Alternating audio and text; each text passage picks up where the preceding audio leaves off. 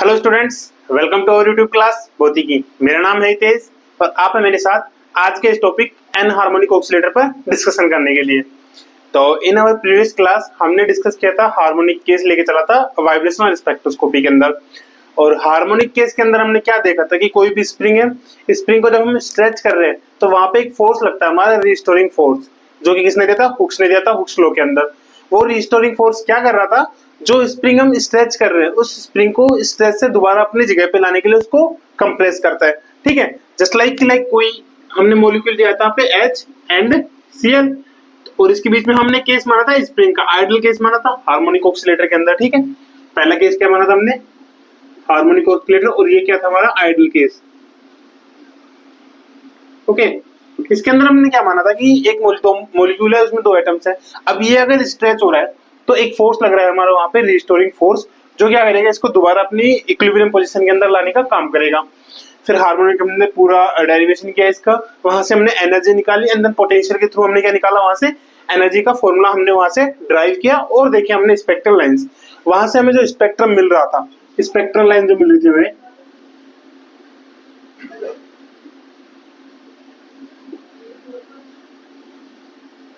Spectral lines हमें किस पे मिल रही थी? म्यू नॉट बार पे। मतलब जो एक ही स्पेक्ट्रल लाइंस हमें मिल रही थी, एक पीक हमें वहां पे क्या मिल रही थी? एक ही हमें क्या मिल रहा था? वहां पे बैंड देखने को मिल रहा था। बट अब आपके मन में ये आ रहा होगा कि जब हमने एक्सपेरिमेंट किया था एलिमेंट आइडेंटिफिकेशन के अंदर, एटॉमिक स्पेक्ट्रम के अंदर, तो एटॉमिक स्पेक्ट्रम के अंदर जब बंसन एंड किरचॉफ का भी आपने देखा था, तो बंसन एंड किरचॉफ के एक्सपेरिमेंट में क्या हुआ था कि जो स्पेक्ट्रम हमें मिल रहा है रियल लाइफ में हम देखते हैं तो हमें ब्राइटेस्ट लाइन तो मिलती है, जैसे कि वहां पे हमें येलोइश लाइन तो मिल रही थी, बट येलो लाइन के पास में क्या होता, धीरे धीरे लाइट से डिम होती जा रही थी। ठीक है, हार्मोनिक ने क्या बोला? हमें ये तो मिल रही है बट इसके साइड में जो डिम होती लाइट जा रही है उसके बारे में एक्सप्लेन करने में फेल हुआ। फिर आते हैं हमारे दोबारा, उसके बाद हम इसको भी क्या करते हैं? फेल करके फिर हम आते हैं रियल के अंदर। एंड रियल के अंदर हम जो इसको बोलते हैं हार्मोनिक, अभी बोल के चल देते हैं, उसको हम लेते हैं फिर एन हार्मोनिक ऑक्सीलेटर। ये जो एन हार्मोनिक ऑक्सीलेटर के अंदर हम क्या देखते हैं कि जैसे हम मान के चल रहे थे कि हमें सिर्फ एक बैंड मिल रहा है। ठीक है, सिर्फ हमें क्या मिल रहा है? एक बैंड मिल रहा है। और स्प्रिंग को जब हम स्ट्रेच कर रहे हैं तो क्या हो रहा है? अपने आप कंप्रेस हो रहा है। ये था सिर्फ स्मॉल डिस्प्लेसमेंट के लिए, मतलब स्प्रिंग हमें, जैसे कि आप आइडिया ले सकते हो, आपके पास कोई स्प्रिंग है, स्प्रिंग को अगर आप थोड़ा स्ट्रेच करोगे तो अपने नॉर्मल पोजीशन में आ जाएगा। बट एक फिक्स डिस्टेंस के बाद, मतलब एक फिक्स डिस्टेंस के बाद अगर उसको आप ज्यादा स्ट्रेच करते हो तो अपनी नॉर्मल स्टेज के अंदर नहीं आ पाएगी वो स्प्रिंग, और वहां की वहां थोड़ा हल्का कंप्रेस होगा और वहीं की वहीं रुक जाती है। आपने रियल लाइफ एग्जांपल आप कर सकते हो स्प्रिंग के साथ। एक स्प्रिंग लेना, स्प्रिंग को आप स्ट्रेच करना, नॉर्मल स्ट्रेच करोगे तो वो अपने रियल जो उसकी इक्विलिब्रियम कंडीशन उसके अंदर आ जाएगी। बट उससे ज्यादा अगर आप उसको स्ट्रेच करते हो तो वो स्ट्रेच नहीं होगा। मतलब अब वहां पे क्या देखते हैं कि जो इसकी फ्रीक्वेंसी है, मतलब फ्रीक्वेंसी जो क्या होते हैं, ऑक्सीलेशन क्या होते हैं, ऑक्सीलेशन कुछ इस टाइप में मिलते हैं। तो स्प्रिंग को हम जब खींचेंगे तो वाइब्रेट करता है, तो अगर नॉर्मली कर रहा है तो वाइब्रेट करेगा। बट अगर हम उसको ज्यादा खींच रहे हैं, मतलब एक लार्ज डिस्प्लेसमेंट अगर उसका कर रहे हैं, तो क्या होगा? उसके अंदर की वाइब्रेशंस कम हो जाएंगी। उससे क्या बोला? एक चीज तो इसने एनहार्मोनिक के अंदर ये बोला है कि जो वाइब्रेट कर रहे हैं, जो आइडियल केस हम लेके चल रहे हैं रिस्टोरिंग फोर्स वाला, वो यहाँ पे क्या होगा? एप्लीकेबल नहीं होगा एनहार्मोनिक के केस के अंदर। इसके बाद अब ये तो हमने बोल दिया। अब वहां पे हमें क्या मिल रहा था? सिर्फ एक बैंड मिल रहा था, म्यू नॉट। तो इसने बोला सिर्फ एक बैंड तो हमें मिल रहा है, इस बैंड के अलावा भी हमें यहाँ पे क्या मिलेंगी? फ्रीक्वेंसीज मिलेंगी, या फिर हम बोल सकते हैं स्पेक्ट्रल लाइंस मिलेंगी, जिनकी फ्रीक्वेंसी क्या होगी? इस मैन से कम होगी। ठीक है, उनको हम क्या बोलते थे? फिर हमने उनको बोला ओवरटोन्स, फिर उसमें बोला हॉट बैंड्स। बट ये ओवरटोन ही हम क्यों बोल रहे हैं, उसको हॉट बैंड्स हम क्यों बोल रहे हैं? आज की क्लास में हम ये सारी चीजें लेके चलेंगे। ठीक है, तो वन बाय वन हम लेके चलते हैं। तो एन हार्मोनिक के अंदर क्या है? ठीक है, मतलब आपको पता होगा ओवरटोन क्या होते हैं, हॉट बैंड्स क्या होते हैं, बट ये कैसे वर्क करते हैं आज क्लास में हम वहां डिस्कस करेंगे, बिकॉज यू आर ऑन भौतिकी। ठीक है, तो इसमें जैसे कि आप लिख सकते हो the harmonic oscillator give us only a single band at wave number mu nought bar. सिर्फ इसी पे हमें दे रहा था वो, इसके अलावा वो हमें दे नहीं रहा था। But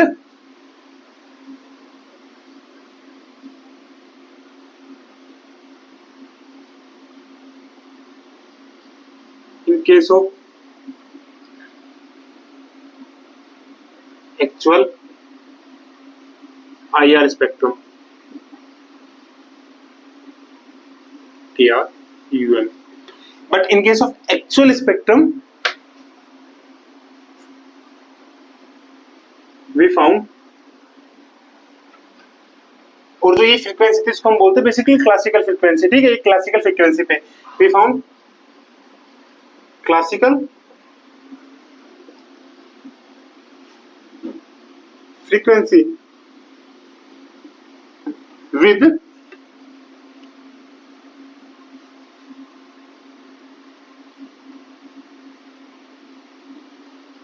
with a number of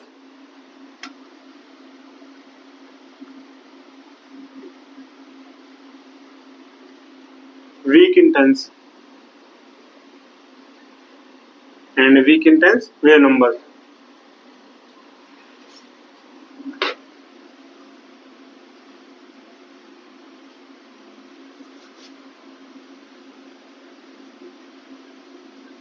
Slightly lesser than 2V note bar, 3V note bar and so on. मतलब हमने क्या देखा कि एक तो हमारे पास ये होगी 0 से हम 1 पे जा रहे हैं, तो आपके मन में ये आ रहा होगा सर हम 0 से सेकंड पे जाएंगे तो हमें क्या मिल जाएगा, 2 में मिल जाएगा। मतलब यही होगा ना कि जो इंटेंसिटी हमें कम हो रही है 2 के बराबर हो जाएगी। फिर आप बोलोगे, एक बोलेगा कि सर हम 0 से 1 पे जब जा रहे हैं तो हमें क्या मिल रहा है, म्यू बार मिल रहा है। तो हम 0 से अगर डायरेक्ट 2 पे जाते हैं तो हमें क्या मिलेगा, 2 म्यू बार मिलेगा, राइट। आपके मन में क्वेश्चन आ रहा होगा, बट ऐसा नहीं होता इन रियल केसेस के अंदर। यहाँ पे भी क्या होता है कि इसके अंदर भी हमें, जो हम डायपोल के लेके चल रहे हैं, यहाँ पे डायपोल का केस लेके चल रहे हैं, तो डायपोल यहाँ पे इफेक्ट करेगा, डायपोल का भी इफेक्ट यहाँ पे होता है। और डायपोल अपना इफेक्ट कैसे डालता है इसके ऊपर, इनके इंटेंसिटी के ऊपर, वो देखते हैं। तो ये क्या होगा, इनसे कम फ्रीक्वेंसी होती है इसकी, ठीक है, ना कि ये वाली वेव नंबर्स हमें यहाँ पे मिलेंगी जब हम लेस इंटेंसिटी के लिए बातें करेंगे, ठीक है। और ये हो गया हमारे पास क्या, weak intensity slightly lesser than 2 mu nought 3 mu nought, okay. And इसी को हम क्या बोलते हैं, चलो आप छोड़ो, ये हो गया लेस। अब यहाँ पे एक चीज आ गई कि एक बैंड तो हमें मिल रहा था म्यू नॉट, ठीक है। हमने सिलेक्शन रूल क्या बोला था, del mu is equal to ±1, मतलब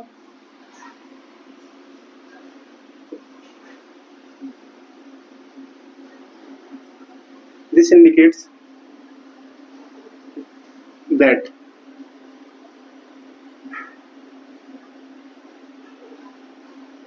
द सिलेक्शन रूल, और सिलेक्शन रूल क्या था, 2 म्यू इज इक्वल टू में ±1 और 2 वी बोल सकते हैं आप, 2 del v is equal to ±1, ठीक है,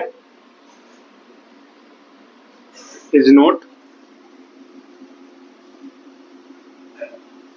स्लाइटली ओबेड एंड हियर, कहां पे, रियल में, here transition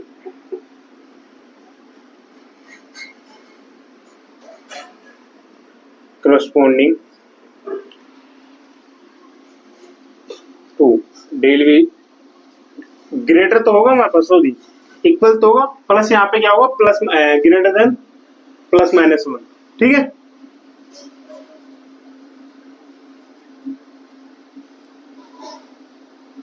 do take place, okay, इतना हुआ। अब ये चीज थी कि हार्मोनिक के अंदर क्या ले रहे थे हम, हार्मोनिक के अंदर लीनियर केस लेके चल रहे थे। लाइक लीनियर के अंदर आप ये मान सकते हो कि स्ट्रेच हो रहा है एंड देन वो अपने नॉर्मल कंडीशन के अंदर आ रहा है, ठीक है, नॉर्मली लीनियर वे में अपना मोशन कर रहा है।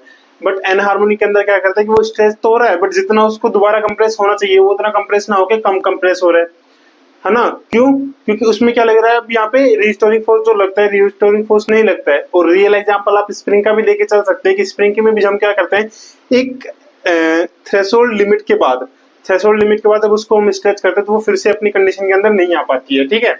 और अगर आती भी तो थोड़ा बहुत आती है, जो उसकी कंडीशन होगी उस कंडीशन में नहीं आ पाती है वो, आप जो रियल एग्जांपल लेके चलोगे तो उसकी वजह से क्या होगा, जो इसकी हम मान के चल रहे हैं जो इसका स्पेक्ट्रम होगा, जो इसके ट्रांजिशंस होंगी वो ज्यादा होंगी, 0 से 1 की जगह 0 से 2 पे होंगी। बट सेकंड केस हम ये भी बोल रहे हैं कि जो इनके ट्रांजिशन की जो रेट होगी, मतलब डिफरेंस होगा, वो क्या होगा, 2 मिनट और 3 मिनट से कम होगा। 2 मिनट हम बेसिकली उसमें लेंगे कि 0 से 2 के अंदर, 0 से 2 के अंदर होगा तो इससे कम देखी जाएगी, 0 से 3 के अंदर होगा तो इससे कम आएगी, ये नहीं आएगी, है ना। और इसका जो बेसिकली डिफरेंस देखने को मिलता है, बेसिकली डिफरेंस इसका हमें देखने को मिलता है डाइपोल मोमेंट की तरफ से, क्योंकि हम किसके ऊपर लेके चल रहे हैं, जो वाइब्रेशनल स्पेक्ट्रोस्कोपी हम पढ़ रहे हैं ये डाइपोल मोमेंट के अंदर पढ़ रहे हैं। तो डाइपोल मोमेंट कैसे इसके ऊपर इफेक्ट डालता है और इसकी इंटेंसिटीज हमें कैसे दिखाता है वो देखते हैं।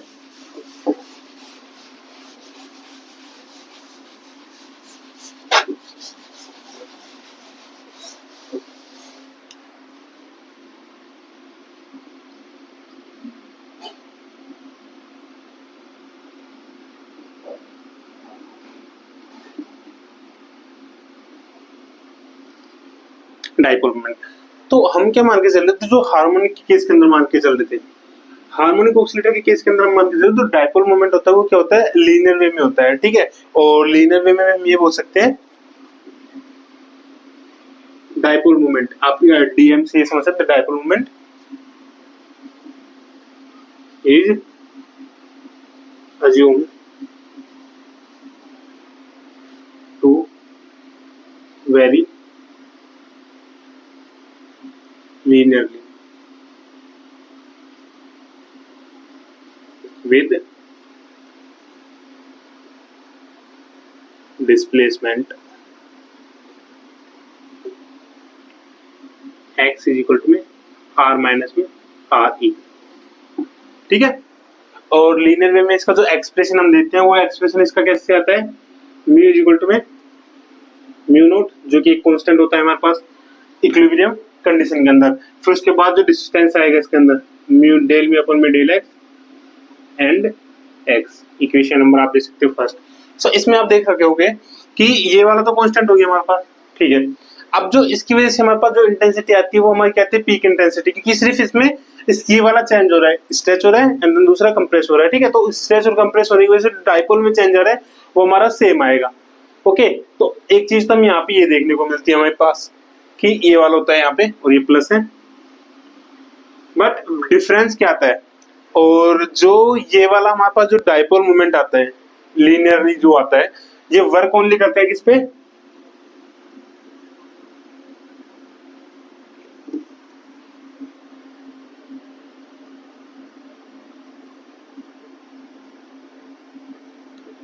linear approximation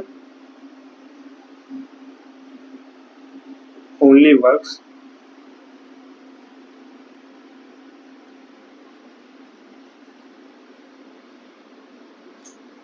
for small displacement, मतलब सिर्फ छोटे डिस्प्लेसमेंट के लिए क्या करेगा, वर्क करेगा। और यहाँ पे जो सिलेक्शन रूल हमारा यूज होता है इसके अंदर, सिलेक्शन रूल हमारा क्या होता है, del v equal to plus minus 1, ठीक है, ये हो गया। और यहाँ से हमें क्या मिलते हैं, जो बैंड मिलता है हमारे पास, जो ट्रांजिशन हमारे पास होते हैं, जो फंडामेंटल जिसको हम बोलते हैं, फंडामेंटल ट्रांजिशन बेसिकली हम इसी को बोलते हैं, क्योंकि सबसे ज्यादा जो मोस्ट इंटेंस हमें बैंड मिलता है वो क्या मिलता है, यहाँ से मिलता है, ठीक है। और मोस्ट इंटेंस क्यों मिलता है इसके बारे में हम आगे डिस्कशन करेंगे। तो ये क्या होता है हमारा fundamental transition,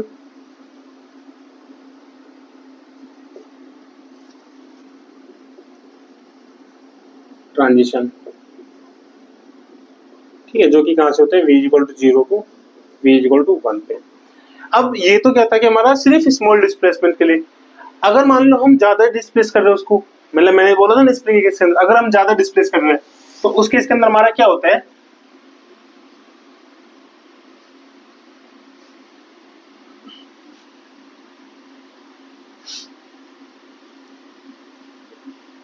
for large displacement, और जो लार्ज डिस्प्लेसमेंट होता है इसके अंदर बेसिकली वर्क क्या करता है, जो हमारा डायपोल मोमेंट है, अब की बार डायपोल मोमेंट हम क्या लेंगे कि जो ये वाला तो ले लेते, अब इसका हम क्या करेंगे टेलर सीरीज से और एक्सपेंड, मतलब इसके आगे वाले टर्म्स हम क्या करते हैं कंसीडर करते हैं यहाँ पे, ठीक है। So for large displacement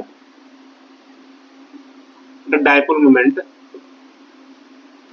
has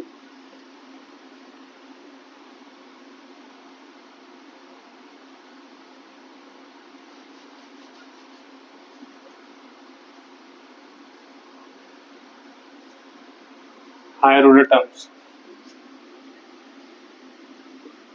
due to एनहार्मोनिसिटी। मतलब अगर हार्मोनिक नहीं है तो हार्मोनिक का हम आगे ले सकते हैं, मतलब नॉर्मली जो हार्मोनिक केस नहीं होता उसको हम बोलते हैं एनहार्मोनिक ऑक्सीलेशन। एनहार्मोनिक ऑक्सीलेशन के अंदर यही होता है कि जो फ्रीक्वेंसी हमें मिल रही है अभी हार्मोनिक केस के अंदर, एनहार्मोनिक के अंदर क्या होता है वो फ्रीक्वेंसी हमें कम मिलेगी। वाई बिकॉज ऑफ जितनी हम उसको स्ट्रेच कर रहे हैं उससे क्या हो रहा है, कम स्ट्रेच हो रही है, मतलब कंप्रेस हो रही है। तो जितने उसको स्ट्रेच किया एक ऑक्सीलेशन हमें मिला, फिर जब वो कंप्रेस हो रही है तो कंप्रेस के अंदर हमें एक ऑक्सीलेशन मिलता है। बट वो जो ऑक्सीलेशन हमें मिलना चाहिए वो हमें वेव मिलनी चाहिए, वो क्या मिल रही है, केवल कम देखने को मिल रही है। ठीक है, इस वजह से क्या होता है वो एनहार्मोनिक। और इसको आप इस तरीके से समझ सकते हैं, बेसिकली हम पहले इसका डिस्कशन कर लेते हैं फिर मैं बताता हूँ इसका डिफरेंस। तो यहाँ पे क्या होता है एनहार्मोनिसिटी की वजह से ये डिस्टेंस हमारे पास आ रही थी। ठीक है, अब इसके अंदर आगे वाले जो हायर ऑर्डर टर्म्स है वो भी इंक्लूड हो जाती है, 1/2 डेल मी अपॉन में डेल एक्स, और ये क्या हो जाएगा डेल मी स्क्वायर अपॉन में del x square and L x square and so on. आगे एक टर्म इसकी कंसीडर करके चलते हैं। यहाँ पे क्या होता है, यहाँ पे बेसिकली इसकी वजह से तो अब एनहार्मोनिक के अंदर बोला था मैंने फंडामेंटल तो कॉमन होता है, इसकी वजह से तो हमें क्या मिलेगा, जो फंडामेंटल हमें ट्रांजिशन में देखने को मिल रहा था 0 to 1 के अंदर वो प्रॉपरली हमें देखने को मिलेगा। एंड बट इसकी वजह से जो आगे वाली टर्म आ रही है इसकी वजह से हमें क्या मिलेगा, ट्रांजिशन तो हमें देखने को मिलेगा, बट ट्रांजिशन के साथ क्या मिलेगा, जो उसकी इंटेंसिटी होगी वो इंटेंसिटी क्या हो जाएगी, कम हो जाएगी। अब आप पूछोगे सर ठीक है आपने बोल दिया इंटेंसिटी कम हो जाएगी, बट इंटेंसिटी कम कैसे होगी वो हमें कैसे पता चलेगा। तो उसका एक ये फॉर्मूला होता है कि लाइक जो इंटेंसिटी हमारे पास होती है, ठीक है इतना हो गया ना आपके पास ये, तो हम जानते हैं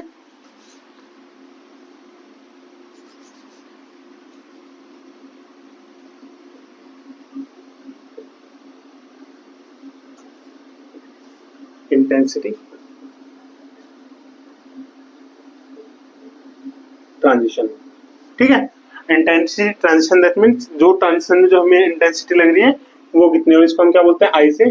ये हम बेसिकली डिनोट करते हैं integration of psi final state जो हमारे पास होगी वो वाली, and mu and psi initially d, और जो डिस्प्लेसमेंट हमारे पास क्या है ये डी एक्स। ठीक है, बेसिकली हम क्या देते हैं इससे देते हैं इंटेंसिटी जो हम बेसिकली दिखाते हैं डायपोल मोमेंट के केस के अंदर वो यहाँ से दिखाते हैं। अब यहाँ पे अगर हम ये वाला लेके चल रहे हैं, इन जनरल केस आप लेके चल सकते हैं ये वाला, तो अगर ये वाला केस हम यहाँ पे लेके चल रहे हैं तो यहाँ पे तो कोई इंटेंसिटी हमें देखने को मिल नहीं रही है, ये तो नॉर्मल केस है, यहाँ पे ट्रांजिशन हो ही नहीं रहा, तो यहाँ पे क्या होगा 0। ठीक है, जब फर्स्ट वाला केस लेके चल रहे हैं ये वाला यहाँ पे, ठीक है ये वाले टर्म तो साइड में रखते हैं, हम क्या करेंगे ये वाला ये तो बाहर लेंगे ऑलरेडी है। अब इसकी कंपैरिजन में देखो आप x, अगर x की कंपैरिजन में आप निकालते हो और एक निकालते हो आप x स्क्वायर लिए इंटीग्रेशन को सोल्व करते हो तो आप पाओगे जो x के लिए जो इंटीग्रेशन की वैल्यू आएगी वो ग्रेटर देन होगी हमारे पास x स्क्वायर के कंपैरिजन में। ठीक है, यही एक रीजन है कि लाइक यहाँ पे क्या होता है कि जो इसकी इंटेंसिटी ट्रांजिशन आता है वो ज्यादा आता है as compare to x square के टर्म में। ऐसे ही फिर अगर हम एक्स क्यूब के लिए चलेंगे तो एक्स क्यूब का और कम हो जाएगा इसके कंपैरिजन के अंदर जो इंटेंसिटी होगी हमारे पास। ठीक है, तो डायपोल मोमेंट से इंटेंसिटी का हम रिलेशन किससे दिखाते हैं, इससे दिखाते हैं, जहां पे ये क्या होता है फाइनल स्टेट, ये क्या होता है initial state, and this one is dipole moment. समझ में आ गया। अब मैं आपको बता रहा था कि लाइक जो फ्रीक्वेंसी है वो कैसे वर्क करती है, मैंने बताया था ना कि स्प्रिंग वाला, तो इतना तो हो गया हमारे पास डायपोल मोमेंट का आ गया। हार्मोनिक ऑसिलेटर हमारे पास कैसे आ रहे हैं, और वीक बैंड से जो हमारे पास आ रहे हैं, बेसिकली वीक बैंड कहाँ से आ रहे हैं हमारे पास, ये आ रहे हैं हमारे पास डायपोल मूवमेंट की तरफ से वीक बैंड आ रहे हैं। अब हार्मोनिक के अंदर आप लेके चलोगे ना, और इधर हम लेके चलते हैं एन हार्मोनिक ऑसिलेटर। तो हार्मोनिक ऑसिलेटर के अंदर मैंने क्या बोला था, आप ये मान सकते हो डिस्प्लेसमेंट के लिए, मतलब डिस्प्लेसमेंट हो रहा है और फ्रीक्वेंसी हम देख रहे हैं। एक केस के अंदर चल रहे हैं जब उसको स्ट्रेच कर रहे हैं, तो स्ट्रेच कर रहे हैं तो हम क्या बोलते हैं पॉजिटिव की तरफ, तो यहाँ से चलेंगे पॉजिटिव में। ठीक है, फिर क्या कर रहे हैं दोबारा अपने नॉर्मल कंडीशन के अंदर आने के बाद जितना स्ट्रेच हुआ उतना का उतना कंप्रेस हो रहा है, वो जितना स्ट्रेच हुआ उतना का उतना कंप्रेस हो रहा है, मतलब दोबारा अपनी इक्विलिब्रियम कंडीशन के अंदर आ गया। फिर अगेन मान के चल रहा ऑक्सीडेशन, दोबारा से इसको स्ट्रेच किया हमने, फिर से क्या हुआ अपनी नॉर्मल कंडीशन के अंदर आ जाएगा ये। ठीक है, तो जो इसका एक ऑक्सीलेशन है जो हमें फ्रीक्वेंसी यहाँ पे मिल रही है, फ्रीक्वेंसी हम कैसे देखते हैं यहाँ पे, इसको हम क्या बोलते हैं, इस पूरे एक पीरियड को जो हमारे पास होते हैं इसको हम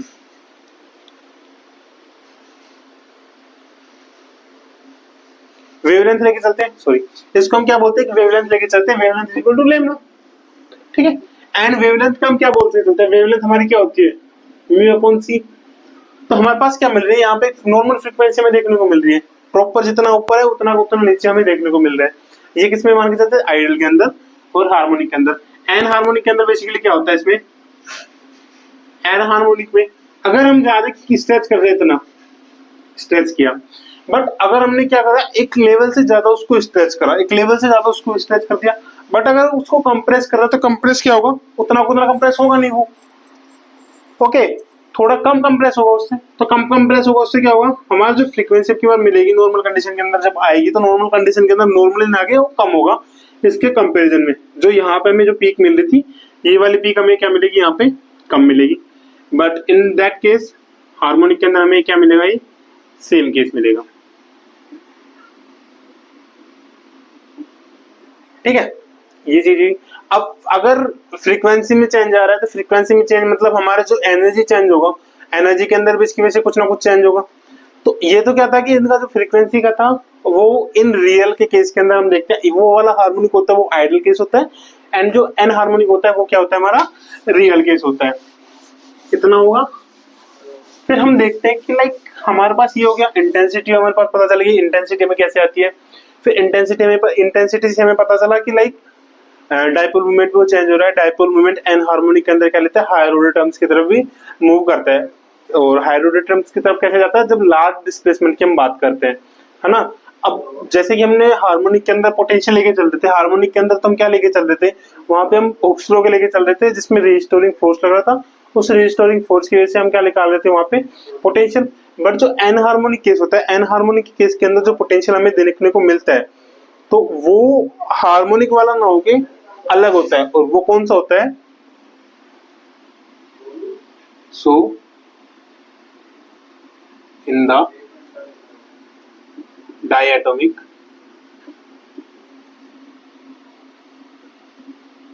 मॉलिक्यूल्स, डायटोमिक मॉलिक्यूल्स के अंदर क्या होता है,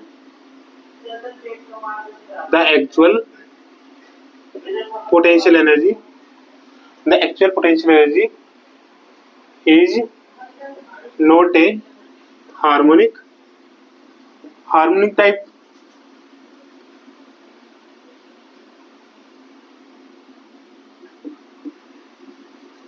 ओके। एंड ये किससे दी जाती है, it's not a harmonic type, and it is given by PM Morse, ठीक है, PM मोर्से द्वारा दी गई, और इसका क्या था हमारे पास, V R इक्वल्स टू में, V R इक्वल्स टू था डी क्या हमारे पास, dissociation energy 1 minus exponential of minus में alpha R minus R e and then square, ठीक है। विद डी क्या हो गया हमारे पास, dissociation energy,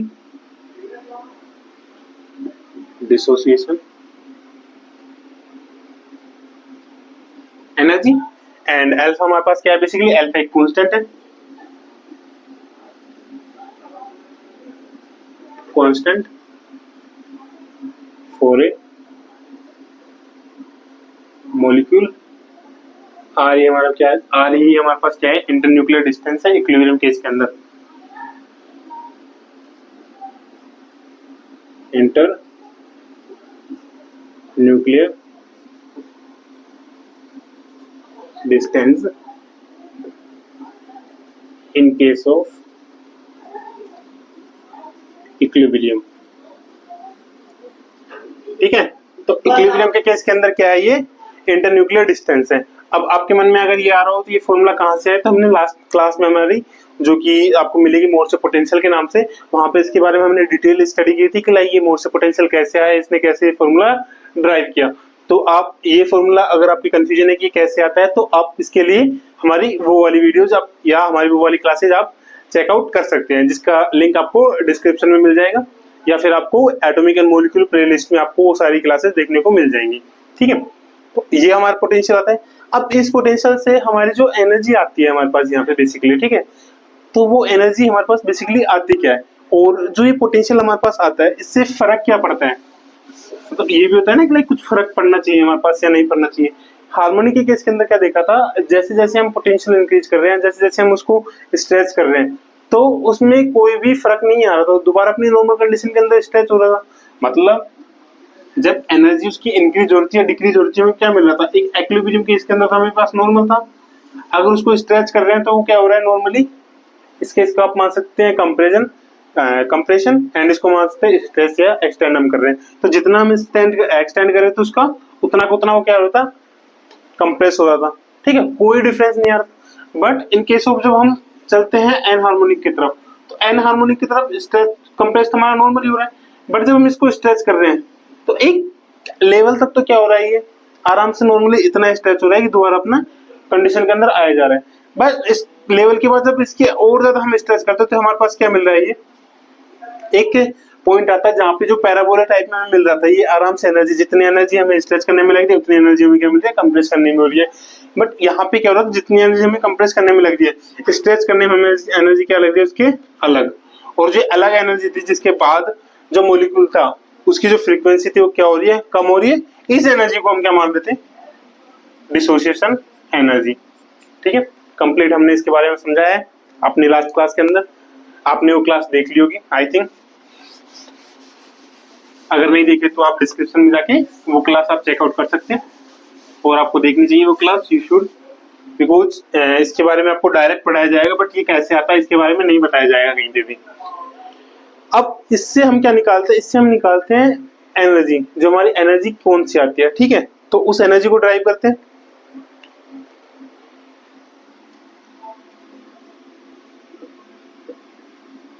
with this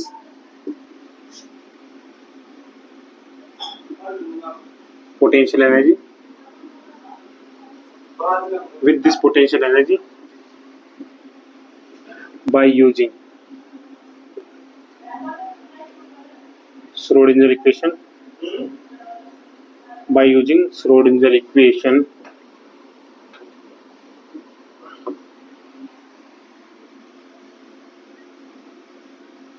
will drive energy, और जिसको हम इस केस के अंदर क्या मान रहे हैं, वाइब्रेशनल एनर्जी।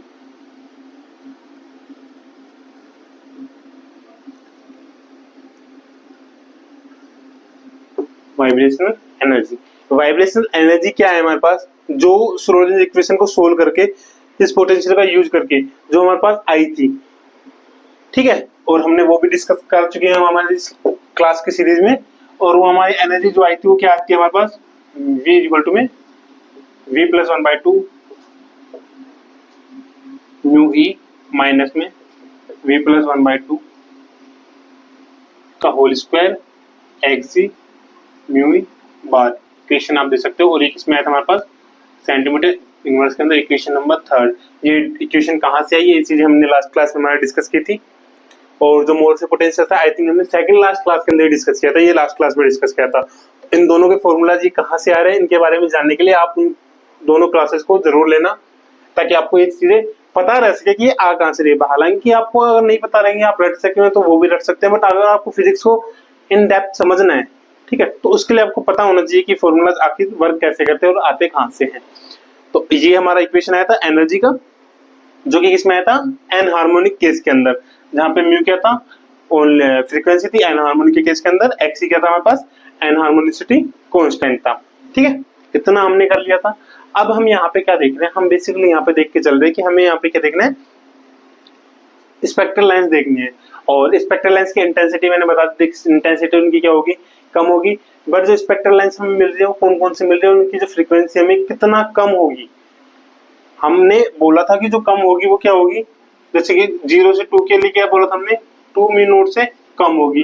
बट एक्चुअली में ऐसा होता है क्या, बोलने को तो कुछ भी बोल सकते हैं, प्रूफ भी तो करना पड़ता है ना उसको। तो इसको हम क्या करते हैं, यहाँ पे प्रूफ करते हैं कि चीजें ऐसे ही होती हैं या नहीं होती। तो इसके लिए हम देखते हैं एनर्जी का डिफरेंस निकालते हैं। तो एनर्जी का डिफरेंस जो होगा वो बेसिकली क्या होता है, यहाँ पे अब निकालते हैं energy difference. Energy difference between energy levels. ठीक है, इक्वेशन याद रखना, इक्वेशन क्या थी वो याद रखना। अब एनर्जी का डिफरेंस जो हम देखते हैं, एक जनरल केस लेके चलते हैं, यहाँ पे हम ज्यादा कुछ नहीं लेंगे, एक जनरल केस लेके चलते हैं, और जनरल केस के अंदर हम लेके चलते हैं अभी के लिए फंडामेंटल वाला। ठीक है, फंडामेंटल के अंदर हमारा क्या था, और फंडामेंटल पे अपना लेके चलो, जनरल केस में हम क्या रखें, v से v+1 के अंदर जाते हैं। ठीक है, हालांकि यहाँ पे इमिशन भी होता है, इमिशन के केस के अंदर हम v+1 से v के अंदर भी आते हैं, बट अभी हम किसके ऊपर बात करेंगे, एब्जॉर्प्शन के केस के अंदर, क्योंकि मोस्ट ऑफ द टाइम्स हमें जो देखने को मिलता है और हम जिसके बारे में पढ़ाई करते हैं वो क्या होता है, एब्जॉर्प्शन केस होता है कि लाइक एक लाइट आती है, लाइट उसको हिट कर रही है तो वो क्या कर रहा है, एक्साइटेड के अंदर जा रहा है। ओके, तो हम वो वाला केस लेके चल रहे हैं, तो उसके अंदर क्या होगा, v+1 माइनस में ev इक्वल्स टू में, ये हुआ।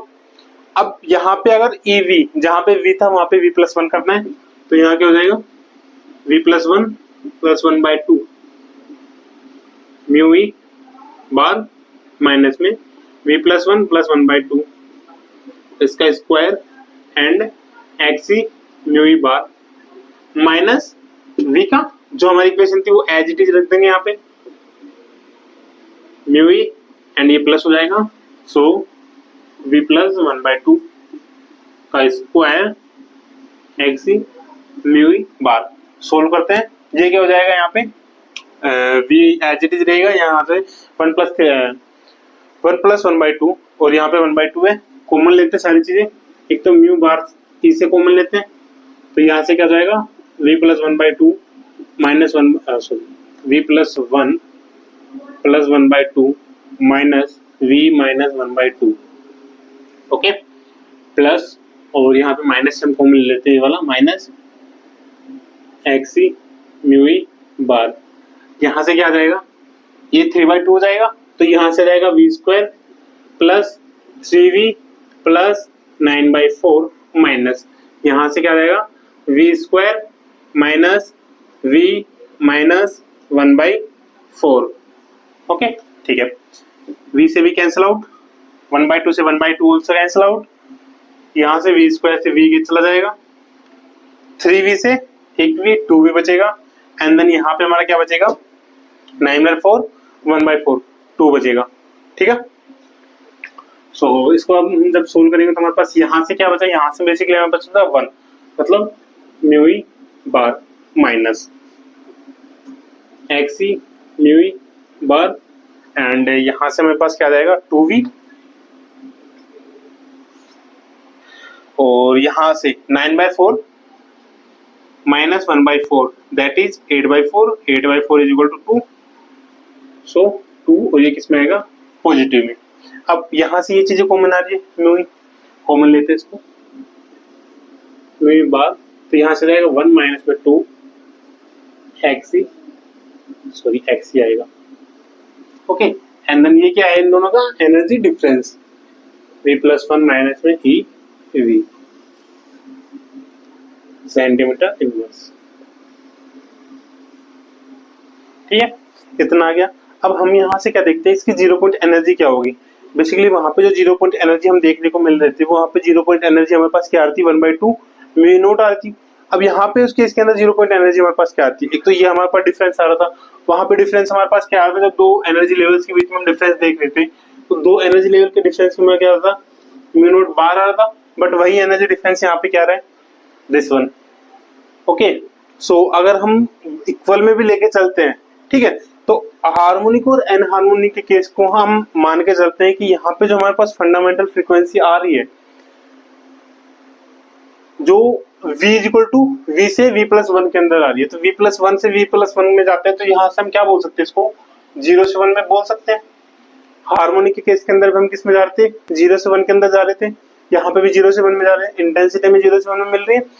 एनहार्मोनिक के केस के अंदर तो हम क्या बोल सकते हैं, जो हमारी ये वाली एनर्जी हमारे पास अभी आई है, इसको हम किस में कंसीडर कर सकते हैं, फंडामेंटल फ्रीक्वेंसी जो हमारे पास थी उसके इक्वल होगी, ये वाले तो इक्वल होगी ना फंडामेंटल फ्रीक्वेंसी, तो दोनों के केस के अंदर हमें ऑब्जर्व हो रही है, दोनों के केस के अंदर सेम चीजें ऑब्जर्व हो रही है हमें। वहाँ पे एक्स की वैल्यू अगर हम यहाँ पे 0 सब्स्टिट्यूट करते हैं, एक्स की वैल्यू कहती है बहुत कम वैल्यू होती है जिसकी हम अप्रोक्सीमेट 0.001 की वैल्यू लेके चलते हैं, तो अगर उसके अप्रोक्सीमेट मान के चलते हैं तो हमारे पास एक वैल्यू किसके इक्वल आ जाएगी, हार्मोनिक केस के अंदर जो फंडामेंटल हमारी फ्रीक्वेंसी थी उसके बराबर आ जाएगी। ये था इसमें। ओके, अब हम क्या देखते हैं इसमें, मैंने क्या बोला आपको, ये चीजें हमें क्या मिल रहा है, अप्रोक्सीमेट इसके इक्वल मिल रही है, बट यहाँ पे क्या हो रहा है, फ्रीक्वेंसी में कुछ चेंजेस आ रहे हैं। और मैंने आपको ये भी बताया था, जब एनर्जी में हम इंक्रीमेंट कर रहे हैं, एनर्जी इंक्रीमेंट जब हम कर रहे हैं तो वहाँ पे क्या हो रहा है, जो फ्रीक्वेंसी में मिल रही है वो क्या हो रही है, डिक्रीज होती जा रही है फ्रीक्वेंसी। ठीक है, जितना हम स्प्रिंग को स्ट्रेच कर रहे हैं, स्प्रिंग को जितना हम स्ट्रेच करेंगे वो कंप्रेस होने की उसकी जो पावर होगी वो क्या होगी, उतनी ही कम होती जाएगी, और कंप्रेस होने की पावर उतनी कम होगी, तो जो हमें एक फ्रीक्वेंसी पूरा मिल रहा था हमें लो, वो पूरा ना मिलके हमें अपर लेवल तो पूरा मिलेगा स्ट्रेच वाला, बट जो कंप्रेस वाला मिलेगा वो क्या होता जाएगा, कम होता जाएगा उसके साथ साथ। ओके, सो इसको हम लैंग्वेज में, अगर लैंग्वेज फॉर्मेट में हम लिखते हैं तो पॉइंट डाल के लिखना, ये इंपॉर्टेंट है। यहाँ पे हार्मोनिक से एन हार्मोनिक की तरफ जाते हैं तो स्टार मार्क करना, और इसमें क्या है, ये the anharmonic oscillator behave like harmonic oscillator but with a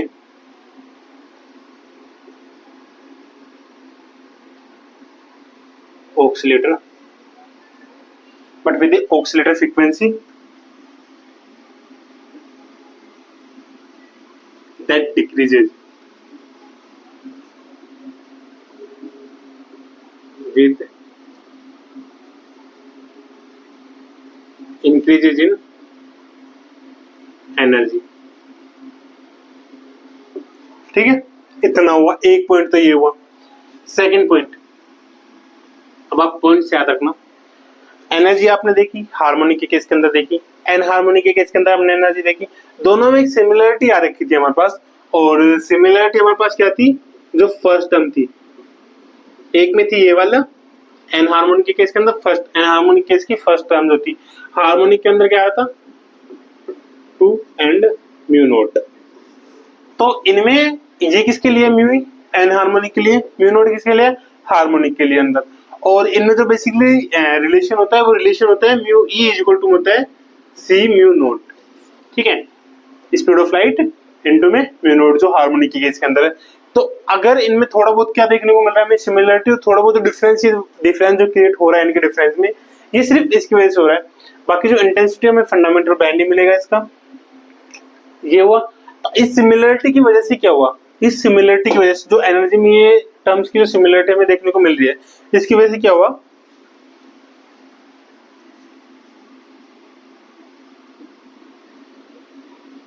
since the energy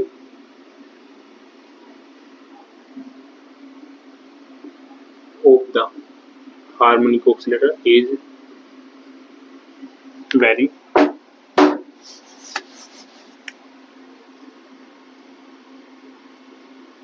similar to that of the harmonic oscillator। ठीक है, सो एन हार्मोनिक ऑक्सीलेटर की वजह से क्या हुआ, जो सिलेक्शन रूल हमारा था अभी भी वो वर्क करेगा। कौन सा,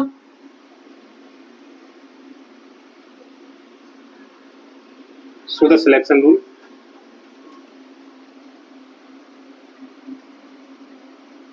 that is del v equal to plus minus 1 still working, still holds. ठीक है, और ये हमें क्या मिल रहा था, स्टिल होल्ड्स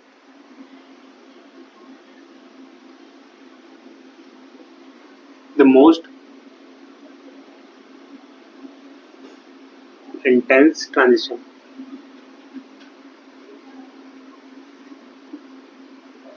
ठीक है, अभी भी हमें क्या दे रहा है, ये मोस्ट इंटेंस ट्रांजिशन, मतलब सबसे ज्यादा जो ब्राइट लाइन हमें मिल रही थी। तो आपको ये डाउट अभी तक क्लियर हो गया होगा, अगर आप इस सीरीज के स्टार्टिंग से चलते आ रहे हैं, जहां पे हमने बंसन के एक्सपेरिमेंट में देखा था, बंसन के एक्सपेरिमेंट में हमने क्या देखा था कि वहां पे जो हमें एक, जब हम NaCl को जब बर्न कर रहे थे, NaCl को बर्न करने पे जो हमें येलोइश लाइन जो ब्राइट कलर मिल रहा था, वो ब्राइट कलर हमें क्यों ऑब्जर्व हो रहा था, और उसके बाद जो कलर था वो डिम होता जा रहा था, वो कैसे था, वो चीजें आपको अभी तक क्लियर होगी होंगी इस क्लास के अंदर, इस सीरीज में अगर आप स्टार्टिंग से चलते हुए आ रहे हैं तो, है ना। Most important, but in addition,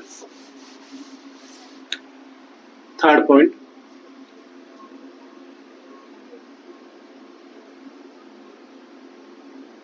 in addition for n harmonic oscillator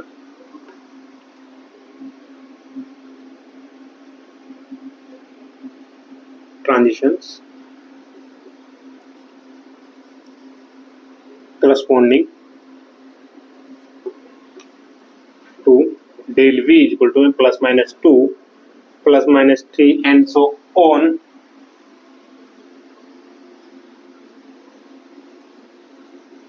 also appears,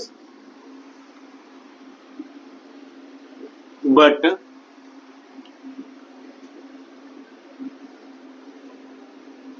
they rapidly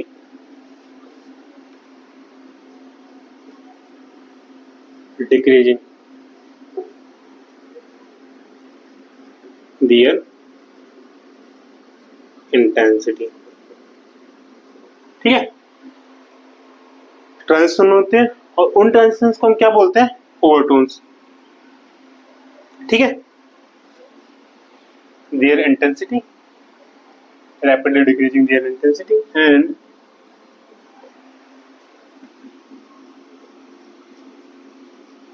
corresponding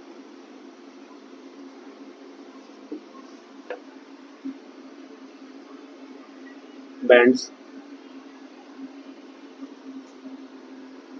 are called overtones। अब आपके मन में ये चीज आनी चाहिए कि इसको हम ओवरटोन ही क्यों बोलते हैं, why we call this overtone।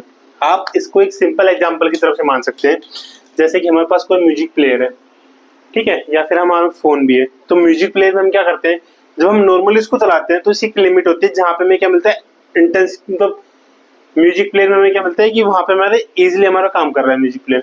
जब हम म्यूजिक प्लेयर को और ज्यादा उसको इंक्रीज करते हैं वॉल्यूम, तो और ज्यादा इंक्रीज करने को क्या बोलते हैं, ओवर कर रहे हैं उसको। मतलब जितने उसकी टोन है वो ठीक है, उसको हम ओवर कर रहे हैं।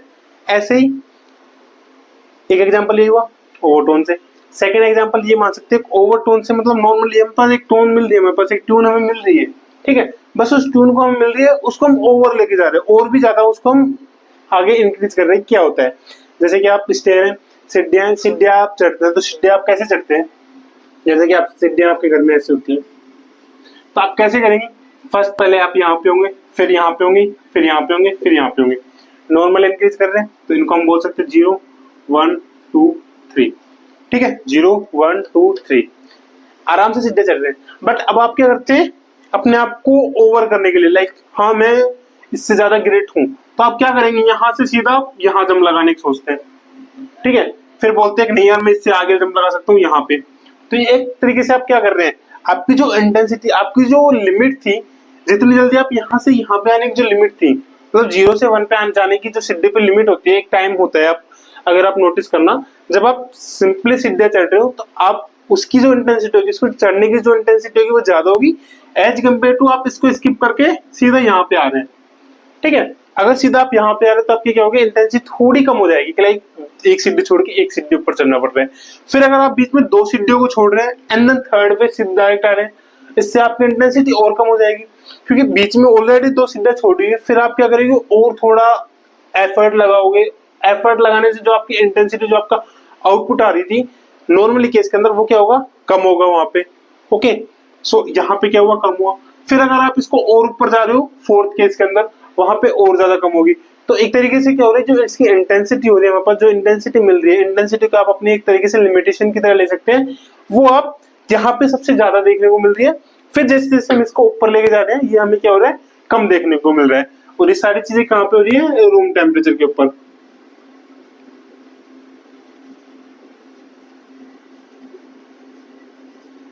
ये सारी चीजें हमें कहाँ देखने को मिलती है, रूम टेम्परेचर के ऊपर, ठीक है। तो जो ओवरटोन हमने वर्ड दिया, ओवरटोन बेसिकली वीक इंटेंसिटीज के लिए दे रहे हैं।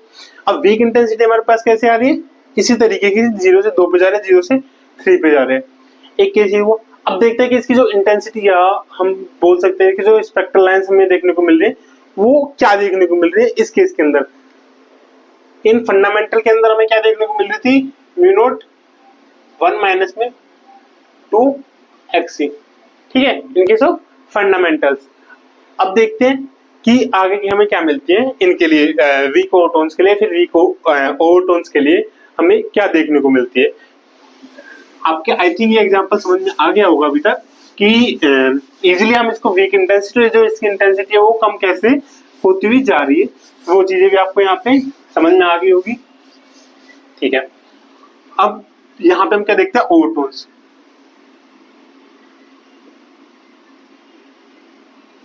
इससे पहले हमने क्या बात किया था, फंडामेंटल बैंड्स के बारे में बात किया था। फंडामेंटल बैंड क्या होता है, 0 से 1 के अंदर जा रहे हैं सबसे ज्यादा इंटेंसिटी लेके, ओके। और वो भी हमें क्यों मिल रहे हैं, ठीक है। अब एक काम करना, ओवरटोन से पहले आप ये देखो कि फंडामेंटल बैंड्स में मोस्ट ऑफ द इंटेंसिटी, जो सबसे ज्यादा इंटेंसिटी हमें देखने को मिल रही है, वो क्यों देखने को मिल रही है वहां पे। तो हम क्या बोलते हैं, fundamental band.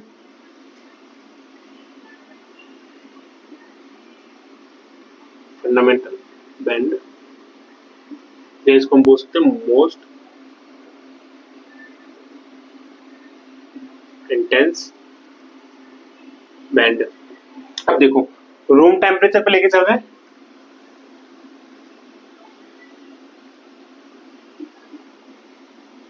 Eight room temperature. Room temperature का मॉलिक्यूल्स होते हैं, मॉलिक्यूल्स के अंदर जो पार्टिकल्स होते हैं वो क्या होते हैं, बेसिकली ग्राउंड स्टेट के अंदर होते हैं, ठीक है, ऐसे होते हैं ना। तो सबसे ज्यादा जो पार्टिकल्स होंगे, अब जैसे कि आप मान लो कि कोई भी हम आराम से बैठे हुए हैं, आराम से बैठे हैं, तो सबसे ज्यादा क्या होंगे, ग्राउंड स्टेट के अंदर होंगे। एक्साइटेड एनर्जी तो उनके पास है ही नहीं, तो क्या होंगे, ग्राउंड स्टेट के अंदर सबसे ज्यादा होंगे। अब मैंने आपको एग्जांपल दिया था कि इंटेंसिटी कैसे मेजर करते हैं। आप एक रियल एग्जांपल अगर लेके चलते हैं कि जो थाली वाला हमने एग्जांपल लेके लिया था कि थाली में हमने एक कलर लिया, उस कलर के ऊपर हम जब बॉल मार रहे हैं, ठीक है, थाली में क्या है, पूरी थाली कलर से भरी हुई है, जब उसके ऊपर हम बॉल मार रहे हैं तो हमें वो कलर क्या दिखेगा, ज्यादा दिखेगा, उड़ता हुआ कलर दिखेगा। वही अगर उस थाली के अंदर कलर कम है और फिर हम उसके ऊपर बॉल मार रहे हैं तो क्या मिलेगा, वो हमें कलर कम उड़ता हुआ दिखेगा। ये हम लेके गए थे ना, वैसे ये है, यहाँ पे सबसे ज्यादा है। अब ये क्या करेंगे, सबसे पहले इसके अंदर जाएंगे, इसको स्किप करेंगे, अगर ऊपर वाले में जाएंगे तो कुछ यहाँ पे रुकेंगे, राइट है। अगर कुछ यहाँ पे रुक गए तो यहाँ पे जाते जाते इंटेंसिटी कम हो जाएगी। जैसे हम कलर्स का एग्जांपल लेते हैं, कलर जैसे जैसे ऊपर स्टेज अपनी बढ़ाता जाएगा, अपनी जो उसकी जो इंटेंसिटी, जो पार्टिकल्स, उन कलर के पार्टिकल जो उड़ते जाएंगे, तो जैसे जैसे वो उस मेन पॉइंट से, जो थाली से दूर जाते जाएंगे, वो क्या होते जाएंगे, कम होते जाएंगे, थाली के पास में सबसे ज्यादा होंगे। तो यहाँ पे क्या होगा, v इक्वल टू 1 पे क्या होंगे, सबसे ज्यादा होंगे कलर्स, ओके। ये किस में बात कर रहे हैं हम, फंडामेंटल बैंड्स के अंदर एट रूम टेम्परेचर, ये वाला केस होगा।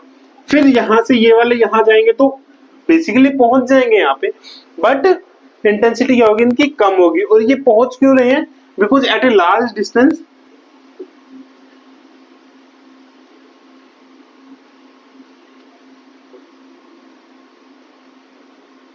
At large displacement. जो हमारा डायपोल मोमेंट हम लेके चल रहे हैं, डायपोल मोमेंट क्या करता है, हायर ऑर्डर टर्म्स भी ये इंक्लूड करता है, और उन हायर ऑर्डर टर्म्स की वजह से हमें ये सारे इंटेंसिटी देखने को मिलती है। क्योंकि इंटेंसिटी किसके ऊपर डिपेंड कर रही है, इंटेंसिटी डिपेंड कर रही है डायपोल मोमेंट के ऊपर, और डायपोल मोमेंट के अगर हायर ऑर्डर टर्म्स भी लेके चल रहे हैं तो उसका भी कोई ना कोई इफेक्ट पड़ता है। तो उस इफेक्ट को ही हम क्या बोलते हैं यहाँ पे, कि ये यहाँ से v इक्वल टू 2 पे भी आ सकता है, v इक्वल टू 3 पे भी ये आ सकता है, एंड ऑल्सो 4 पे भी आ सकता है। बस फर्क कितना होगा, जो v इक्वल टू 1 पे आ रहा है ये क्या होगा, मोस्ट इंटेंस, एंड 0 से 2 पे, 0 से 3 पे, 0 से 4 पे जा रहा है, ये लेस इंटेंस होंगे। और ये लेस इंटेंस भी कैसे होंगे, यहाँ पे कम हुआ, सॉरी यहाँ पे सबसे ज्यादा है, यहाँ पे कम हुआ, फिर यहाँ पे इससे कम हुआ, फिर यहाँ पे इसके कंपेरिजन कम, मतलब जो पीछे वाले स्टेट्स हैं उनसे कम होती जाएगी इंटेंसिटी, ठीक है। बेसिकली आप ये बोल सकते हैं यहाँ पे किस में हुआ, फंडामेंटल बैंड हमें क्या मिला, 0 से 1 के अंदर मिला, सबसे ज्यादा इंटेंस मिला। सेकंड थिंग थी हमारी ओवरटोन, और रूम टेम्परेचर के ऊपर ही देखेंगे सारी चीज। सेकंड थी हमारी ओवरटोन। ओवरटोन मैंने क्या बोला, लेस इंटेंस या फिर वीक इंटेंसिटी बोल सकते हैं इसको, वीक इंटेंसिटी। और इसके अंदर हमने क्या बोला था, ओवरटोन ही क्यों बोलते हैं इनको, क्योंकि नॉर्मल केस के अंदर अगर काम हो रहे हैं उसके क्या कर रहे हैं, हम ओवर कर रहे हैं उसके अंदर। जैसे अगर हम सीधे चढ़ रहे हैं तो नॉर्मली हम सीधे चढ़ रहे हैं, बट हम क्या कर रहे हैं, एक स्टेप को छोड़ के फिर डायरेक्ट सेकंड स्टेप पे जा रहे हैं, या फिर फर्स्ट और सेकंड स्टेप को छोड़ के थर्ड स्टेप पे जा रहे हैं, फर्स्ट सेकंड थर्ड को छोड़ के फोर्थ स्टेप पे जा रहे हैं। तो जैसे जैसे स्टेप्स हम बीच में हटाएंगे तो हमारी क्या होगी, जो इंटेंसिटी हमारी जो लिमिट होगी वो क्या होती जाएगी, कम होती जाएगी उसको करने के बाद। तो वही चीज इसको क्या करते हैं, ओवर कर रहे हैं हम उस चीज को, ठीक है। तो ओवर करेंगे तो क्या होगा, हमारी जो इंटेंसिटी, हमारी जो लिमिट होगी वो क्या होगी, कम होगी ना, उस वजह से ओवर करने की वजह से, तो ओवरटोन्स। और इसकी वजह से हमारे पास क्या मिल रहा है यहाँ पे, 0 to 1, 0 to 2, 0 to 3, 0 to 1 में तो फंडामेंटल है ना, 0 to 2, 0 to 3, तो इनके रिजल्ट्स क्या आते हैं, और इनको हम नाम देते हैं basically first overtone, second overtone. जैसे जैसे हम आगे इनको इंक्रीज करते जाएंगे। तो ये किसमें था, ये हमारे पास at room temperature, at room temperature V, 0 से जब 1 की तरफ जा रहे हैं तो 0 से 1 की तरफ हमारे पास V क्या रहा है,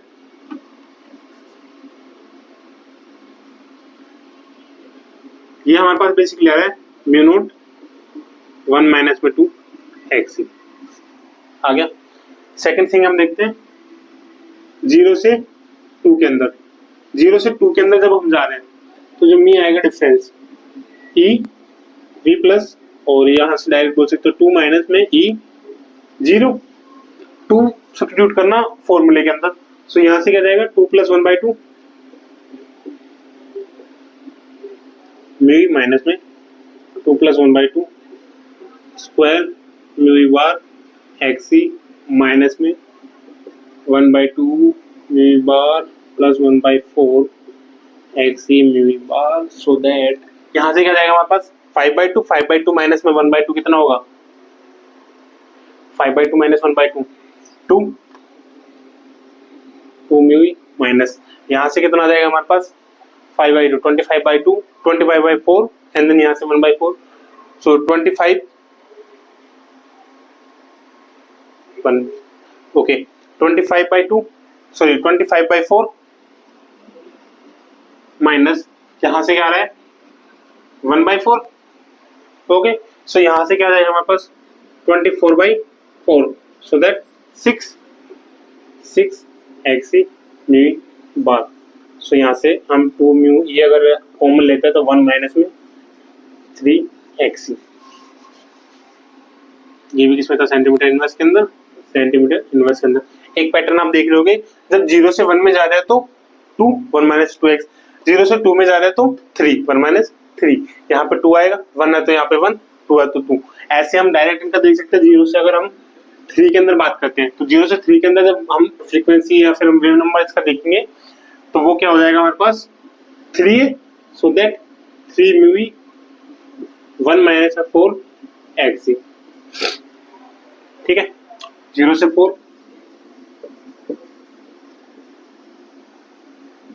4 म्यू 1 माइनस में 5 एक्सी,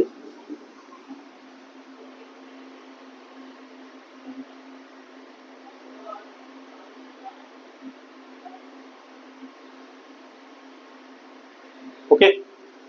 ये आपका पैटर्न ऐसे चलता हुआ चलेगा। और ये हमारा किसमें था, सेंटीमीटर इनवर्स के अंदर, सेंटीमीटर इनवर्स के अंदर। इनको हम जो नाम देते हैं वो नाम कैसे देते हैं, जो फर्स्ट वन हमारा होता है ये वाला, ये क्या होता है फंडामेंटल बैंड,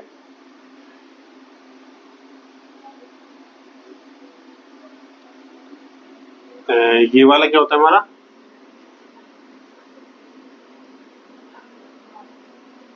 फर्स्ट ओवरटोन, ये वाला हो जाएगा second overtone, this one third overtone, okay. सारी चीजें किस पे लेके चल रहे हैं, रूम टेम्परेचर पे। इतना हुआ, फंडामेंटल बैंड हुआ एंड ओवरटोन्स हुआ। ये दो क्या होते हैं, इनके बारे में हमने ये चीजें देखी, इनके स्पेक्ट्रम देखेंगे। अब एक चीज हो जाती है इसके अंदर, अभी हमने मान लिया कि चलो ये रूम टेम्परेचर के ऊपर है, अगर हम इसका टेम्परेचर इंक्रीज करते हैं, ठीक है, नॉर्मल कोई मॉलिक्यूल है, हमारा मॉलिक्यूल है, तो हम क्या करते हैं, चलो इसका थोड़ा टेम्परेचर हम इंक्रीज करते हैं, है ना। तो आई थिंक ये आपका हो गया होगा,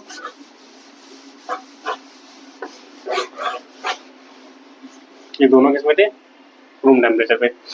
मैंने क्या बोला, मोलिक्यूल कहाँ पे है, सॉरी पार्टिकल्स कहाँ पे, इसमें आप मान सकते हो यहाँ पे v इक्वल टू 0 पे। अब मैंने क्या करा, इसको हीट करना स्टार्ट कर दिया, लाइक इसकी जो टेम्परेचर है उसको इंक्रीज करना स्टार्ट कर दिया। रूम टेम्परेचर पे था, ठीक है, अब इसका हमने टेम्परेचर इंक्रीज करना शुरू कर दिया। और जस्ट लाइक आप मान सकते हैं जैसे प्लाज्मा के अंदर हम करते हैं, प्लाज्मा में क्या करते हैं, नॉर्मली गैस पार्टिकल्स होते हैं, गैस पार्टिकल्स को हम हीट अप करना स्टार्ट कर देते हैं, उसको उसकी जो टेम्परेचर होता है उसको इंक्रीज करना स्टार्ट कर देते हैं, ठीक है। तो जब उसका टेम्परेचर हम इंक्रीज करना स्टार्ट कर देंगे तो जो अभी मोलिक्यूल जो पार्टिकल जो अभी v इक्वल टू 0 पे है, ये क्या करेंगे, जो इनकी जो डिफरेंस है ये क्या करेंगे, कोलैप्स होना शुरू कर देगी। तो जो ये पार्टिकल्स हैं क्या होंगे, यहाँ पे आना शुरू कर देंगे। जब हम इसका क्या करेंगे, टेम्परेचर इंक्रीज करेंगे, ठीक है। जब हम इनका टेम्परेचर इंक्रीज करेंगे मतलब ये क्या हुआ, at higher temperature, higher temperature के ऊपर क्या हुआ, यहाँ पे तो था नॉर्मली, अब ये वाले पार्टिकल्स क्या होंगे, फर्स्ट एक्साइटेड स्टेट के अंदर आना शुरू कर देंगे, ठीक है। ऐसे ही हम जब इसका और ज्यादा टेम्परेचर इंक्रीज करेंगे, और ज्यादा टेम्परेचर इंक्रीज करने पे क्या होगा, ये यहाँ पे आना शुरू कर देंगे और ज्यादा, मतलब ऐसे होता है लाइक ये तो क्या होता है 300 केल्विन पे होता है, ठीक है। तो रूम टेम्परेचर नॉर्मली 300 केल्विन या फिर हम बोल सकते हैं 27 डिग्री सेल्सियस। हायर टेम्परेचर आप ये मान सकते हो कि लाइक 500 डिग्री सेल्सियस लिया फर्स्ट ऑफ ऑल, फिर उसको 500 से हमने क्या किया, सीधा 1000 कर दिया, 1000 डिग्री सेल्सियस, फिर हमने किया 10,000 डिग्री सेल्सियस। सो इस इन केसेस के अंदर क्या होगा, पहले तो यहाँ पे आना शुरू कर देंगे, अब यहाँ पे आएंगे, अब यहाँ पे आने के बाद वही है, लाइट तो आ रही है, IR लाइट आ रही है, IR जब लाइट हम इसके ऊपर डालेंगे मोलिक्यूल के ऊपर तो क्या करेंगे, अब की बार ट्रांजिशन कहाँ से होगा, यहाँ से होगा, यहाँ से ना होके यहाँ से ट्रांजिशन होगा। वाई, बिकॉज जब यहाँ पे ऑलरेडी है तो ये वाले क्या करेंगे, ये अब यहाँ से एनर्जी एब्जॉर्ब करके ये वाले यहाँ जाएंगे।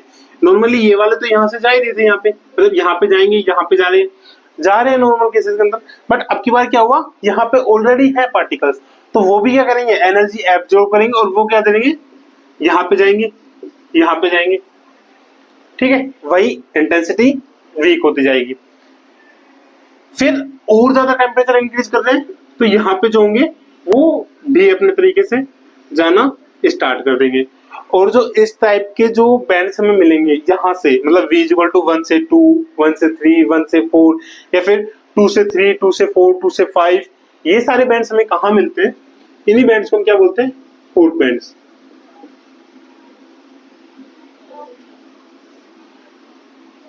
ठीक है।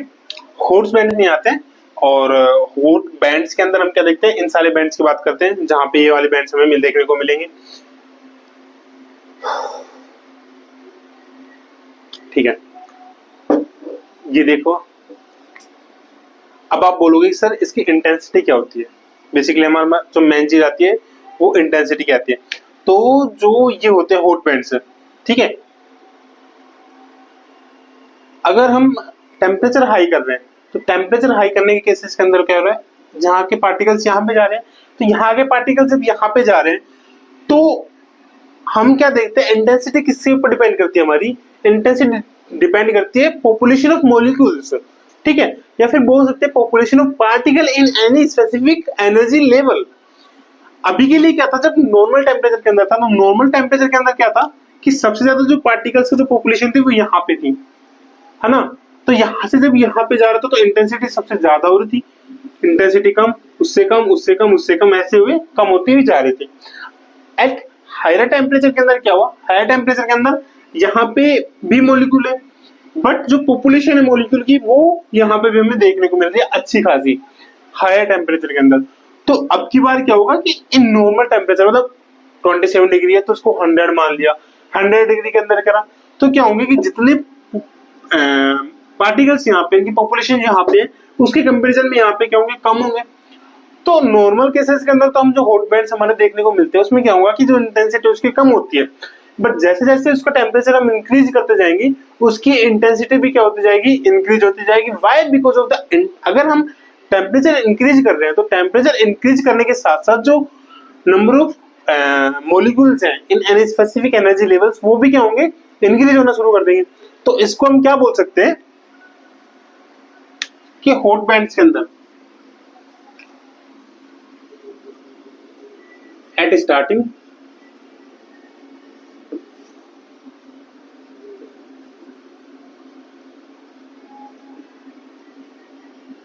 weak intense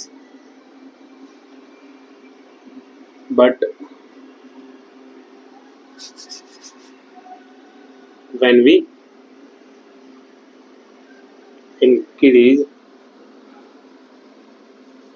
temperature higher and higher, जब उसका टेम्परेचर हम इंक्रीज करेंगे, ठीक है, when we increase temperature higher and higher,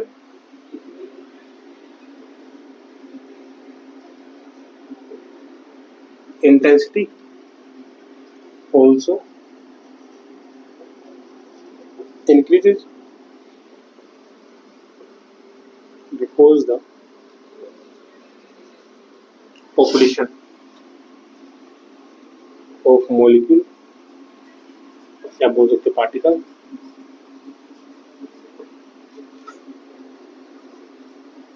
increases in excited state also, ठीक है। तो ये सारे एक दूसरे के ऊपर इंटरकनेक्ट है, मतलब टेम्परेचर जब इंक्रीज कर रहे हैं तो टेम्परेचर इंक्रीज करने से क्या हो रहा है, हमारे पास जो नंबर ऑफ मॉलिक्यूल्स या पॉपुलेशन ऑफ मॉलिक्यूल्स है वो ग्राउंड स्टेट की ना जगह एक्साइटेड स्टेट के अंदर हमें इंक्रीज हो रहे हैं। एक्साइटेड स्टेट के अंदर वो इंक्रीज अगर हो रहे हैं तो उससे क्या मिल रहा है हमें, जो इंटेंसिटी होती है वो किसके ऊपर डिपेंड होती है, पॉपुलेशन के ऊपर डिपेंड होती है। ये कहाँ से पता चला हमें, ये पता चला हमें बोल्ट्ज डिस्ट्रीब्यूशन लॉ से, बोल्ट्जमान डिस्ट्रीब्यूशन लॉ से। बोल्ट्जमान डिस्ट्रीब्यूशन लॉ से हमें जब इंटेंसिटी का पता चला तो हमें ये भी पता चला कि हॉट बैंड्स होते हैं वो स्टार्टिंग में तो वीक इंटेंस होते हैं, क्योंकि यहाँ पे क्या होता है नॉर्मली कम पार्टिकल होते हैं as compare to ground state, ठीक है।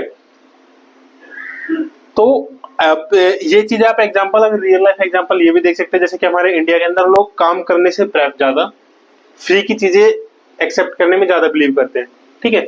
वही चीज मान लो कि जैसे ग्राउंड स्टेट के अंदर लोग हैं जिनको काम नहीं करना, फ्री बैठे बैठे काम आराम से उनके पास सारी चीजें आनी चाहिए गवर्नमेंट के थ्रू। अगर गवर्नमेंट उनको फ्री में चीजें दे रही है तो उसी गवर्नमेंट को वो वोट देंगे। वाई? बिकॉज ऑफ द उन्हें कोई काम नहीं करना, आराम से बैठे। बट जब उनका टेम्परेचर इंक्रीज कर रहा है, उनको लात घुसे मार के उनसे काम करवा रहे हैं, तो उससे क्या हो रहा है हमारे पास, वो इंक्रीज आ रहे हैं, ऊपर आ रहे हैं, मतलब एक्साइटेड स्टेट के अंदर आ रहे हैं। हालांकि वो थे एक्साइटेड स्टेट के अंदर, बट क्या करा हमारे सिस्टम ने, उनको थोड़ा खराब कर रखा है, ठीक है, उनकी हालत खराब कर रखी है।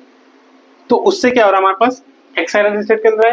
अब एक्साइटेड स्टेट के अंदर आ गए तो ऐसा तो है नहीं वहां पे भी बैठेंगे, वहां पे क्या करेंगे, या तो काम करेंगे या फिर वापस अपने ग्राउंड स्टेट के अंदर आ जाएंगे। बट टेम्परेचर इंक्रीज है, टेम्परेचर इंक्रीज मतलब ऐसे लोग ला दिए कि तुम्हें काम करना ही पड़ेगा। तो यहाँ पे आने के बाद क्या करा, कुछ कुछ आने लगे, मतलब ऐसे नहीं कि सारे ही आने लगे, कुछ जीट होते हैं ना जो नहीं आते, तो कुछ कुछ यहाँ पे आने लगे, काम करने लगे, अपनी इंटेंसिटी दिखाने लगे, ठीक है। फिर जैसे और टेम्परेचर बढ़ा, और लोज लगाने लगे, तो उससे क्या हुआ, और ज्यादा आने लगे ऊपर, और ज्यादा आने लगे, तो मतलब इंटेंसिटी की क्या हुई, इंक्रीज होने लगी। हॉट बैंड्स ही क्यों बोलते हैं, क्योंकि हम क्या कर रहे हैं इसमें, टेम्परेचर का रोल कर रहे हैं। टेम्परेचर क्या होता है, गर्म ही तो होता है, इंक्रीज कर रहे हैं मतलब गर्म में तो रहेगा, मतलब हॉट बैंड्स गर्म है भाई, हॉट बैंड्स ये ऐसे ही नहीं दिखते, इसके लिए हमें क्या करना पड़ेगा, टेम्परेचर इंक्रीज करना पड़ेगा। तो ये था हमारा हॉट बैंड, और हॉट बैंड की फ्रीक्वेंसी क्या होती है वो देख लेते हैं हम यहाँ पे। आई थिंक आपको ये सारी चीज अभी तक समझ में आ गई होगी।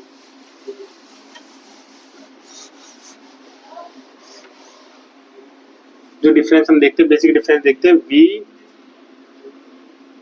V1 से 2 के अंदर, ठीक है। 1 से 2 के अंदर जब देखेंगे तो क्या आएगा हमारे पास, V bar is equal to में 2 के केस में 2 + 1/2 स्क्वायर म्यू बार माइनस में 2 + 1/2, तो ये स्क्वायर नहीं आएगा यहाँ पे, एक्स ही म्यू बार। 1 के केस के अंदर 1 + 1/2 म्यू बार प्लस 1 + 1/2 एक्स ही म्यू बार, ठीक है। यहाँ से क्या हो जाएगा हमारे पास 5/2 एंड देन यहाँ से 3/2, तो 5/2 3/2 क्या हो जाएगा म्यू माइनस यहाँ से हो जाएगा 5/2, 25/4 माइनस यहाँ से हो जाएगा 9/4 एंड एक्सी म्यू बार। तो यहाँ से हमारे पास बेसिकली आ जाएगा म्यू बार माइनस में 25/4 माइनस में 9/4 दैट इज 16/4, 16/4 इज इक्वल्स में 4 एक्सी म्यू बार। सो हमारे पास क्या आ गया, म्यू कॉमन लेंगे 1 माइनस है 4 एक्स ई और यहाँ से आ जाएगा क्या म्यू सेंटीमीटर इनवर्स। अब आप देखोगे कि अगर हम यहाँ पे नॉर्मल केस लेके चलेंगे, एक्सी की वैल्यू क्या लेंगे, लगभग 0 लेके चलेंगे।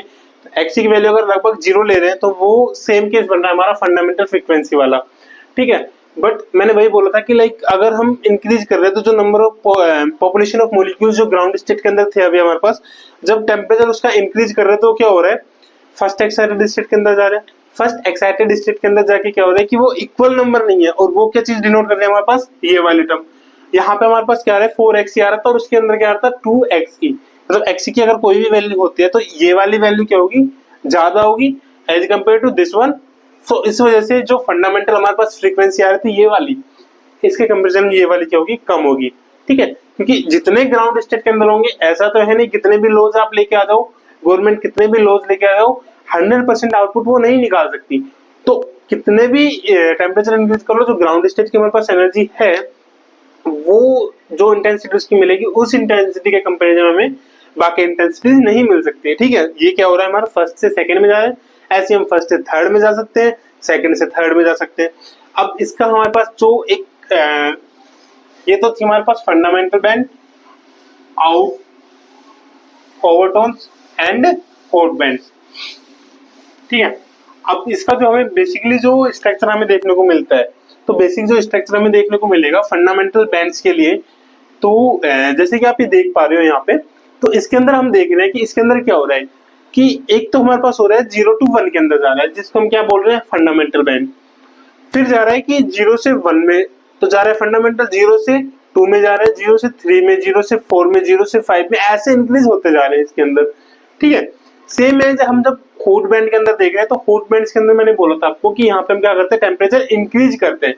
तो टेम्परेचर अब इंक्रीज कर रहा है तो यहाँ से क्या हो रहा है, v = 1 से 2 में जा रहा है, v = 1 से 2 में जा रहा है। अगर और इंक्रीज कर रहा है तो v = 1 से 3 में भी जाएगा, ठीक है। क्यों, डायपोल मोमेंट की वजह से। बट वही है ना कि जो v = 1 से 2 में जो इंटेंसिटी होगी वो v = 1 से 3 के अंदर कम होगी। ऐसे ही जब और इसका टेम्परेचर हम इंक्रीज कर रहे हैं, फर्दर इसका टेम्परेचर इंक्रीज कर रहे हैं, तो वो क्या हो रहा है, उससे मेरे पास 2 से ये 3 में भी जा रहा है ना। तो ऐसे ही जब इसका हम टेम्परेचर इंक्रीज करते जा रहे हैं, और ये सारी चीजें हमारे किस में जाती है, फिर बाद में प्लाज्मा के बारे में जो हम स्टडी करते हैं, फोर्थ स्टेट ऑफ मैटर, तो वहां पे ये चीजें हमें देखने को मिलती है कि वहां पे हम टेम्परेचर के रूप में ही देखते हैं कि टेम्परेचर इतना हाई करते हैं तो हमारे पास क्या चीजें अलग आती है। तो आज की क्लास में हमने बेसिकली क्या देखा, फंडामेंटल बैंड्स हमें क्यों मिल रहे हैं, ओवरटोन्स हमें क्यों मिल रहे हैं, हॉट बैंड्स हमें क्यों देखने को मिल रहे हैं। एनहार्मोनिक ऑक्सीलेटर के अंदर, एनहार्मोनिक ऑक्सीलेटर के अंदर जो पोटेंशियल आ रहा था, मोड से पोटेंशियल, वो कैसे मोड से पोटेंशियल आ रहा है, ये चीजें हमने हमारे पिछले क्लासेस में हमने डिस्कस किया था अच्छे तरीके से, डिटेल से। और जो एनर्जी हमारे पास ड्राइव होता है श्रोडिंगर इक्वेशन से, वो भी हमने कंप्लीट उसको ड्राइव किया है, उसका पूरा डेरिवेशन हमने हमारी वीडियोस में दिया है, जिसके आपको डिस्क्रिप्शन में आपको उसकी लिंक मिल जाएगी। तो वहां से वो आप वीडियो जरूर देखना, ताकि आपको ये चीजें श्योरिटी हो कि ये वीडियो में ये जो फ्रीक्वेंसी है, फिर ये पोटेंशियल हमें जो मिलता है और एनर्जी जो मिलती है, ये हमें इसी फॉर्मेट में क्यों देखने को मिलती है, ठीक है। लाइक चेंज क्यों नहीं होती, क्योंकि नोट आप अगर टेक्स्ट बुक में भी देखोगे, टेक्स्ट बुक में भी आपको ये डायरेक्ट आपको देखने को मिलेंगी, इसका कोई डेरिवेशन नहीं है। तो आज की क्लास में इतना ही। बाकी आपको अगर आज की क्लास में कोई भी डाउट है, कोई भी अभी भी आपको डाउट रहता है, कोई क्वेश्चन है आपका, तो कमेंट में मेरे को जरूर बताना कि इसमें अभी आपको क्या डाउट्स रहे और क्या चीजें इसके अंदर अभी भी बाकी रही है जो इसमें आपको डाउट होता है कि सर इसमें ये चीजें भी हो सकती हैं, ये चीजें ऐसे होती है, ऐसे वर्क क्यों करती है। और बाकी आप अगर चैनल पर नए हैं तो चैनल को सब्सक्राइब करें और बेल आइकन को जरूर प्रेस करें, अपने दोस्तों के साथ जरूर शेयर करें इस वीडियो को, इन्फॉर्मेटिव वीडियो को, ताकि वो भी इस चीज को आसानी से समझे, उनके जो डाउट्स है उनको ये क्लियर कर सकें। ओके, तो आज के लिए तो नहीं, बाकी के लिए ध्यान रखिए अपना और अपने अपनों का। मिलते हैं नेक्स्ट वीडियो में, और नेक्स्ट